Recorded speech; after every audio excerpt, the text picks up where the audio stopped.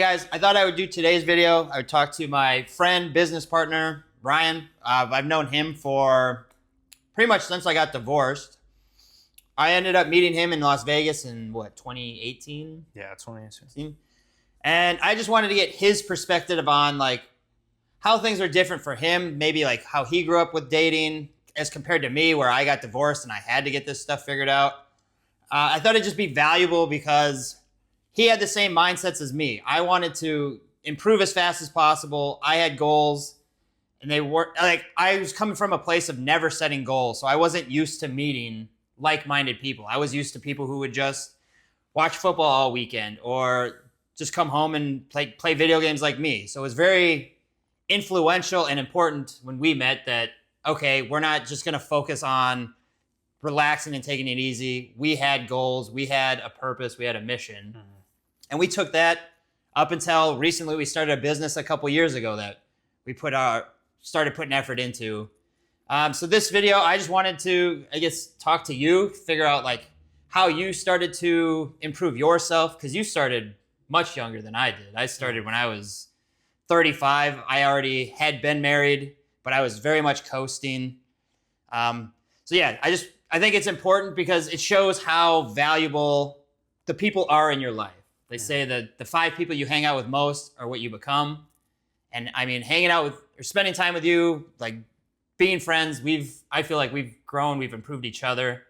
Whereas I didn't have that in the past. So This is Ryan. I guess, do you want to say anything? I don't. I'm Ryan. Yeah, he's Ryan. Nice to meet you. But I guess from your perspective, you probably already know most of my story. I was divorced at 35. I went out to Boston to try to just get out of my town. So when we first met, I mean, we met in a program like to get better with social anxiety, like to be able to just be social and really improve ourselves. Mm-hmm. What got you to that point? Like, what got you into Vegas in the first place? Well, specifically Las Vegas, I was living in Connecticut, and I was going out in New York City to kind of improve my dating skills. There's a lot of people out there.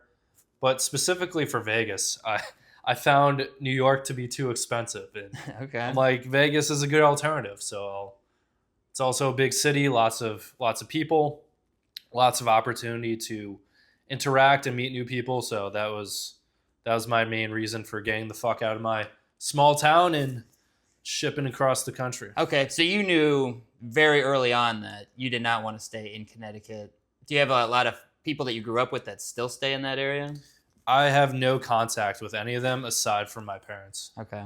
Yeah, I mean, I go back to Wisconsin sometimes and I still see the same people there that, I don't know, I guess they're happy with that.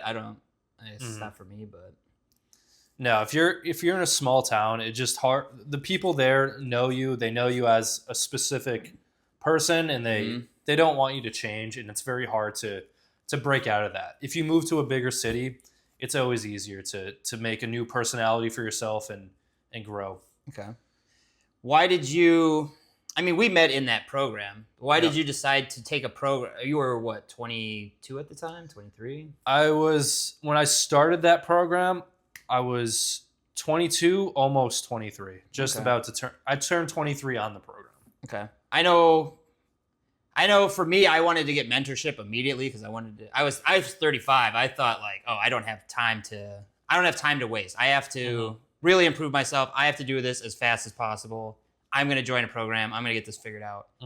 What made you want to, I mean, you were very young. You had a lot more time to figure this out. Is there like specifically why you felt like I got to get this shit done now? Well, time is relative. I mean, there's really only the now. Like, your life was terrible. You're 35 and your life was terrible. Like, this sucks. This pain sucks. Yeah. I was 22 and I'm like, this sucks. Like, it doesn't really matter how old you are. Like, if you are in pain, like you have a problem, like you need to you don't think in the future, oh, I'll just get it done in 5 years. Like, no, this is a problem now. Okay. Regardless of age, you gotta get it fixed. I mean, it's interesting. I think that's why we resonate, because you say that, but I know we have a friend here in Minneapolis. He's looking for new jobs. He's like, oh, I'll deal with this in 3 years. Like, I'll get my online dating profile set up, or I'll learn to do cold approach in 3 years once I'm prepared. That didn't ever come. Yeah, which is how I don't know if I looked at that when I was married. I probably didn't even have goals when I was married. I was just like drifting. Mm-hmm. But yeah, once I got divorced, I knew I had to start taking action. So it's the same thing. Like, there's time is real. Like, you got to get this shit figured out. The faster I put in the effort, the faster I'm going to get the result. Mm-hmm. I know I've seen people do it that are older than me, so it's not like I can't do it. Mm-hmm. But yeah, I think that mindset is, I mean, really, I think why we resonate more than like with a lot of people here that I don't necessarily hang out with, want to be around. And they probably don't even recognize they have a problem. They're just hiding it and they justify it. Okay. Yep. That's what most people do. Did you always have that mindset of, I know I can improve, I can get better? Yeah. Yeah. Because my skill set was like coming from like 18, 19, 20. Like, I had no fucking skills. Okay. Like, I can only go up from here. Like, I can't have an ego of like, yes, I'm the best at this when I have clearly no results to show for it. So yeah, I started at the bottom and started with literally zero ego. Okay. All right. Yeah. I mean, that's way different than me. Like, I didn't have any confidence for a long time. Like, I didn't think I could do anything. I just thought I was always thinking like, you are the person you are, because that's what you're told. Like, you're the quiet kid. You're just like your father. You just don't have social skills. Like, oh, okay, I guess that's how it is. I don't fucking know until I started. Yeah. I think that's a reason why older guys struggle more at dating. It's not like your looks are worse or older guys are just harder at dating. You just have more like mental like backup from years of like repression and just getting bad results that you need to overcome before you can get into like fixing yourself. Mm-hmm. Like, when I got into dating when I was 21, I kind of viewed myself as more of a blank slate. Like, objectively, you at 35 and me at 21, when we both had our starts, like, you were probably in a better position because I had no experience with women. You were married for 10. You at least had some experience. Yeah. But I probably progressed faster because I viewed it as a blank slate and I had no ego and I just understood I sucked at this and that it's only a skill set. I could only, like, there are guys my age who look similar to me who are crushing it. I'm like, what's the difference between me and them? And the only difference was like social skills. So I understood it was a skill set from the beginning. Okay. Yeah, that's a good point. Yeah, because when I got divorced, I didn't look at it as a blank slate. I was looking at it as like, I just am this guy. I've been this guy for the last 12 years. Like, I'm just this mediocre, not really making it anywhere. Mm-hmm. And then once you realize like, oh shit, my wife just left me, like, that's a huge blow on your ego. Like, oh fuck, what kind of guy am I? Like, how am I gonna get a new woman now? But then I started reading like The Rational Male and Zig Ziglar, like people that inspired me, and start to realize like, oh, you know, you can actually improve yourself. Like, as dumb as that sounds, like, I did not think I could ever improve my social skills. I thought you were charismatic or you weren't. Mm-hmm. If you're good looking, you were just good looking. But I mean, losing weight made me more attractive. Like, doing things, changing my style made me more attractive. Excuse me.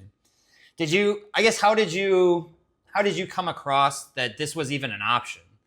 Like, that you could improve your social skills? Did you ever have that? Like, growing up, you said you were pretty kind of shy and quiet too, right? Yeah, I was terrible. Yeah, I could barely hold a conversation with a guy friend or a girlfriend. Like it was girls. I was definitely afraid of girls. I couldn't share more than a sentence with them. But how I happened to cross this was just shit luck. Okay. Like, I was working at a grocery store, and some coworker who actually got fired like 2 weeks after he mentioned this to me, he was talking about like a YouTube video he saw about some guy that like put a dildo on his head and would go like pick up girls. I don't know why he mentioned this to me. It was just fucking random. We never talked about this. But he was like, yeah, dude, there's this cool video I watched, and he's like, go watch it. And then I went home that night and watched it. and it was from Neil Strauss, Okay. who wrote the game. Yep. And then I kind of went down that rabbit hole, and I read his book, The Game by Neil Strauss. And then that was that opened my eyes. I'm like, holy fuck! Like this is how you learn social skills. Now, like years later, I understand. Like that's a lot of like canned routines and lines. I don't do that anymore. But that opened my eyes to like, oh shit! Like you can actually learn this.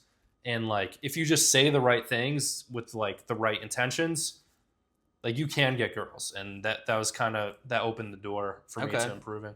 What were your thoughts prior to reading that to get girls? Like for me, I thought it was all based on looks. Like I thought the reason I wasn't getting girls in school was because I wasn't good looking enough. Did you think that way, or did you just think like I just don't get girls, I'm just that guy? No, there were guys uglier than me that would get girls. I knew it was all social skills. I'm like, the reason I can't talk to girls is because I'm shy. And that was it. I'm like, I don't know how to get unshy. Okay. And then I was just kind of like floating through life. Like I'm shy, can't get girls. I really don't know what to do about this. Okay. And until I happened across that book, and then I'm like, oh fuck. And then it was like a rocket ship going on. Okay, yeah. Now it just opened your eyes. It's just a knowledge gap. Yep. Yeah, it's interesting how that it just shifts you immediately. Because when I read the game and I saw Tom Torero just like teach me about SMV, like, oh no, as a man you can improve. It's just like immediately I'm like done moping around from my divorce. It's like, oh shit, okay, I can move on. I don't have to think about her, what she's doing. I can start traveling and doing all this stuff. Oh yeah, what do you think about traveling? I think traveling's been tremendous on my just confidence and abilities. And like, do you have any perspective on traveling? I know we've traveled a lot together. Has that had an impact on you? I'm saying this because I think everybody should travel at some point. I think it's good to do. Like traveling from city to city is fun. I don't know if you necessarily have to do that. Like say you live in bumfuck Wisconsin. If you move to New York City, I think that's enough travel to like actually get good. I think I'm just in like life experience in general. Like I think it just made me more confident. Did traveling to Colombia and Barcelona have any effect on you internally, or is it just like, oh, it's just an adventure? It was fun. It was definitely fun. I think improving my social skills gave me more internal confidence that like I wasn't ever nervous or like I didn't push through any barriers to go to travel to new countries. It wasn't like pushing my boundaries. Talking to girls in the grocery store was. Yeah, talking to girls in a loud nightclub that you don't know at all. And funny enough, when I first started, I was most afraid of nightclubs. Now that's like where I'm most comfortable. Okay. Like I'd rather talk to someone in a nightclub than at the grocery store. Yeah, I'm the exact opposite. I would rather talk to somebody during the day on the street instead of the nightclubs. And it's situational confidence. Yeah, it's situational. Yeah, I mean, I guess what has your dating life been like now? I mean, you've been doing this for almost 10 years now, right? I guess probably 7 years. We met around the same time. Yeah, I started right after my 21st birthday, and I turned 30 in a few months, so almost 9 years. It's been off and on, though. Like, during COVID, I spent, like, a year and a half just working on my business. But there have been times where, like, I go out every single night for, like, 4 months straight. Get a ton of experience in a short amount of time. But, like, right now, I currently have a girlfriend, so I'm not, like, actively dating around. I still, like, it sounds weird, but I still set up dates and text girls on dating apps because I actually coach this and help guys through it. Okay. Just to keep my skills up and just show people how easy it is to actually do if you know what you're doing. But yeah, I currently have a girlfriend. Before I met her, I was setting up like 7 dates a week off of dating apps. So do you find dating apps are, I guess, what's your thoughts on dating apps as opposed to like going out and meeting people? Because going out and meeting people, you really had to put yourself out there, really build your social skills. Do you feel like now that you have those social skills, you like online dating more? Like, I guess, what are your thoughts on between the two? So cold approach is, I'll call it my first love. Like it was so fucking fun to me, and I still find it's so fun. It's a I mean, obviously it's nerve wracking if you've never done it. Yeah. I also like the way that it you have to improve yourself to be like, you literally have to just be improving. Yeah, you get so much personal development from it. However, as like a just cut and dry dating strategy, dating apps is just more efficient. It's more time efficient. There are less variables. You could get better faster. Cold approach is fun, and you'll get more personal development out of it. But if you just want to like find a girlfriend or find a new wife or whatever it is, online dating is the fastest route to get from point A to point B. I would agree with that. I made a video the other day about the different options men have to meet women. You got cold approach. You got your own social circle, which I know for me, when I was 35 and I was divorced, I didn't have a social circle. Like, there was no chance I was going to meet a girl through social circle. You have like meetups where the majority of guys who don't have a social circle and can't cold approach are going to go. Yeah. And then you have online dating. So I think online dating is probably the best option, especially if you're in your like 30s and you're just getting out of a divorce. That's kind of where I stand on it now. I think doing cold approach obviously is going to improve you as a man, and you should definitely do that if you. But most people don't have time like I did. Like, I legit cashed out my 401k. I fucking went to Vegas, like dedicated my life to getting this fixed. Yeah, not everyone's going to do that. Yeah, exactly. So I think online dating is great, especially if you just got out of a divorce and you want to, like, I'm sure you've had this before too, where you know you have a certain type of girl that you want, but the odds of you finding her on like 2 dates is very, very low. Yeah. So online dating, at least you have, if you set it up right, like, you can get so many matches that you're actually like filtering out girls that you like or don't like. Whereas when I first got married, I didn't have any game, or I didn't know what anything was. So I married a girl that wasn't the right fit for me. Very much like made compromises. Yep. So I guess my thought is, like, with online dating, you can get, 100 dates, and then you're choosing from 100 women rather than just like 2 or 3. Yeah. And actually, I've watched a few of your videos, and I think a lot of comments are like, why are you on all these dates and you can't find like a girlfriend after all? And the truth is, like, you need to like experience a wide range of girls. Like, the more you date, the more picky you get, because you know what you want. Like, if you just settle for the first girl that like accepts you after like a relationship ends, the chances of her being like the perfect fit are basically zero. Like, you're going to have to go out on 5, 10, 15, 20 dates to even really understand what you like. And then from those dates, you pick which girl you resonate with the best. Like, for me, like, the girl I'm dating now is my first real girlfriend. Like, I was dating around for like 8 or 9 years before I even got a girlfriend, because I was fucking picky. I knew what I wanted. Yep. And like, until I found it, like, I'm not going to settle for anything less. I think that's how a lot of people start. When you go through a divorce, you kind of just settle with the one girl. You don't really know what you want. You don't know. In my case, I had made compromises, so then we got divorced, and now I've been single for 7 years, and I've had like maybe 2 or 3 girls that are like actually like, okay, these are my type of girls. I've had fun experiences with other people. It's good, it's fine, but there's you're not going to find people that you want to spend a majority of your time with. I guess, do you have any future plans? Like, how do you keep yourself motivated and to like still improve? Like you said, you've done the cold approach that helped you socially. Like, do you still work on that, or are you just focused on business? You're happy with your girlfriend, and you just, I guess, I don't know.